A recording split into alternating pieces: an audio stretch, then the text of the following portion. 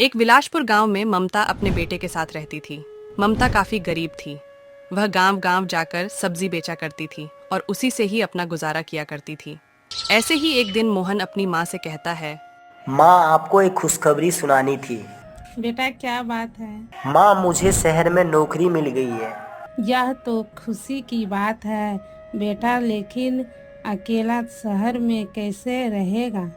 माँ, चिंता मत करो, थोड़े से पैसे जोड़कर आपको वहीं बुला लूँगा। ये सुनकर ममता उदास हो गई। बेटा, तू मुझे छोड़कर चला जाएगा तो मैं किसके सहारे रहूंगी? माँ, चिंता मत करो, थोड़े से पैसे जोड़कर आपको वहीं बुला लूँगा। कुछ दिन बाद मोहन शहर चला जाता है। वहाँ वह नौकरी करने लगता है। हर महीने वह मौ से मिलने गांव आता था और कुछ पैसे घर खर्च को दे जाता था। इसी तरह कुछ दिन बीत जाते हैं। ऐसी ही एक दिन ममता के घर एक अमीर पति पत्नी आते हैं। बहन जी, हमने आपके बेटे को देखा है। हम अपनी बेटी कुसुम की शादी उससे कराना चाहते हैं।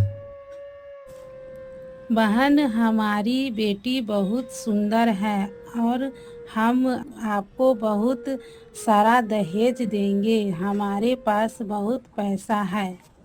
बहन जी, पैसे और दहेज की बात ना कीजिए। हम दहेज नहीं लेंगे और आप इतने पैसे वाले हैं, लेकिन हम तो बहुत गरीब हैं। हमारी और आपकी कैसे बन पाएगी? यह सुनकर पति ने जवाब दिया, बहन जी, आप चिंता मत करें। यहाँ आने से पहले हमने आपके बारे में सब पता कर लिया है। हमें आपका बेटा बहुत पसंद है।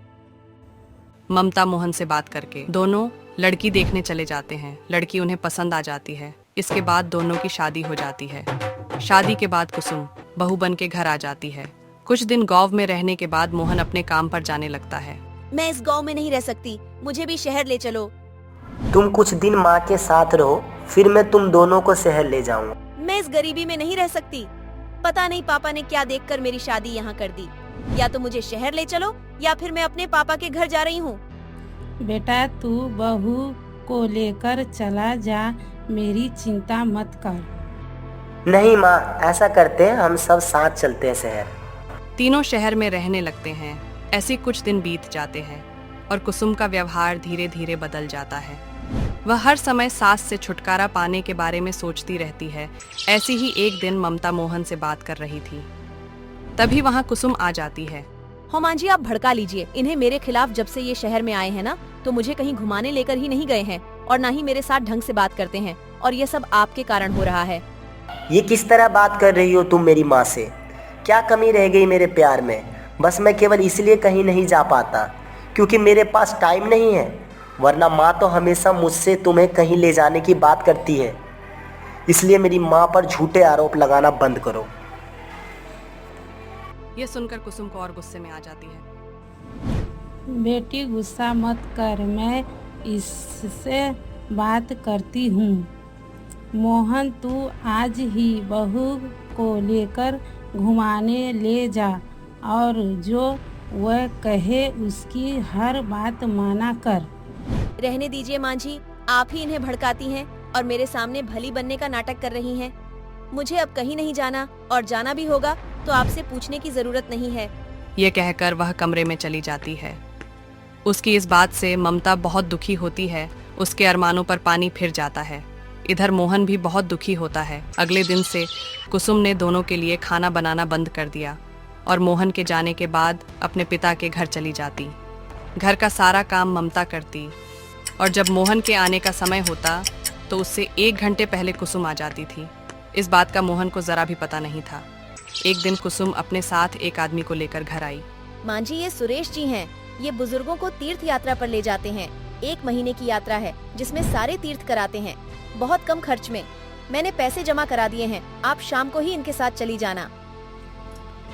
लेकिन बेटी, एक बार मोहन से तो पूछ लेने दे।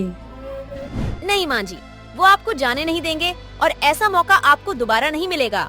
ममता कुसुम की बातों में आकर शाम को उस आदमी के साथ चली जाती है। शाम को जब मोहन आता है तो वह मौम को न पाकर पूछता है। तब कुसुम कहती है, मां जी तो तीर्थ यात्रा पर चली गईं। उनके गांव से एक आदमी आया था, वो उन्हें अपने साथ ले गया। मोहन बहुत परेशान हो गया। वह कुछ दिन माँ का इंतजार करता रहा, लेकिन माँ नहीं आई। उसके बाद वह गांव गया माँ के बारे में पता करने, लेकिन माँ का कहीं भी पता नहीं चला और कुसुम बहुत खुश रहने लगी। उसके रास्ते का कांटा हमेशा के लिए निकल गया था। इधर वह आदमी ममता को बहुत दूर ले जाकर एक रेलवे स्टेशन पर बैठाकर चला जाता है। ममता को कुछ पता नहीं होता। जब वह सुबह देखती है तो वहां कोई नहीं था। ममता घबरा जाती है। वह रास्ता ढूंढने लगती है, लेकिन उसे कहीं कुछ समझ नहीं आता।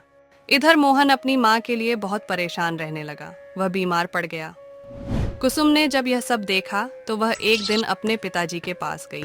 पापा, जिस आदमी को आपने भेजा था उससे पता करो मेरी सास कहाँ है। उनके बिना तो ये बीमार पड़ गए।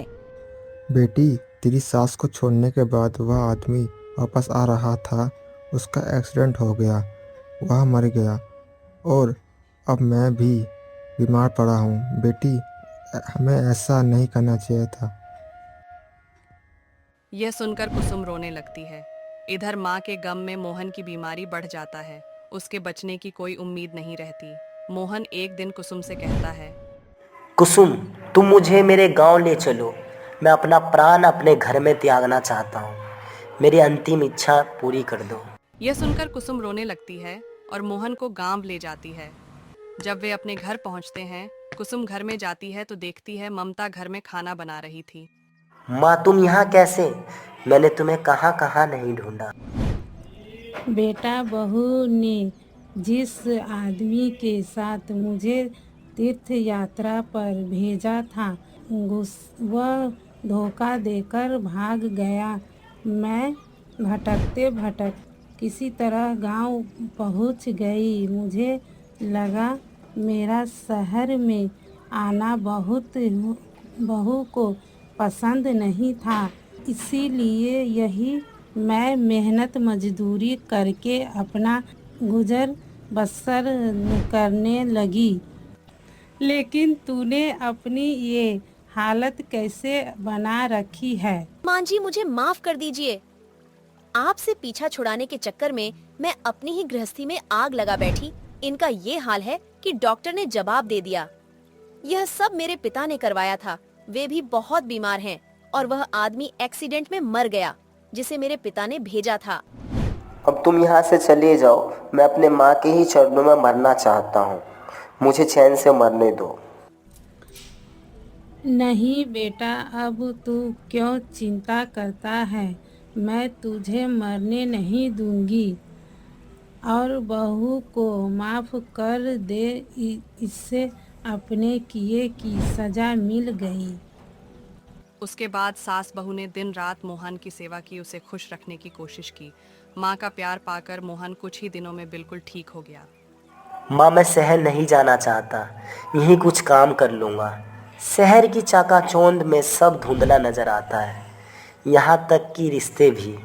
कुछ दिन बाद कुसुम के पिताजी घर आए और ममता के पैरों में गिरकर माफी मांगने लगे। बहन जी, मैं अपनी बेटी को सुखी देखना चाहता था, लेकिन ये भूल गया एक माँ को उसके बेटे से अलग करना। जो अपराध कर रहा हूँ उससे मेरी बेटी का संसार कभी सुखी नहीं रह सकता। मैंने आप सभी को माफ कर दिया। इसके बाद कुसुम बिल्कुल बदल गई। वह अपनी सास की सेवा करने लगी। उसके व्यवहार से बहुत खुश रहने लगा और तीनों अपना जीवन में खुशी खुशी रहने लग गए।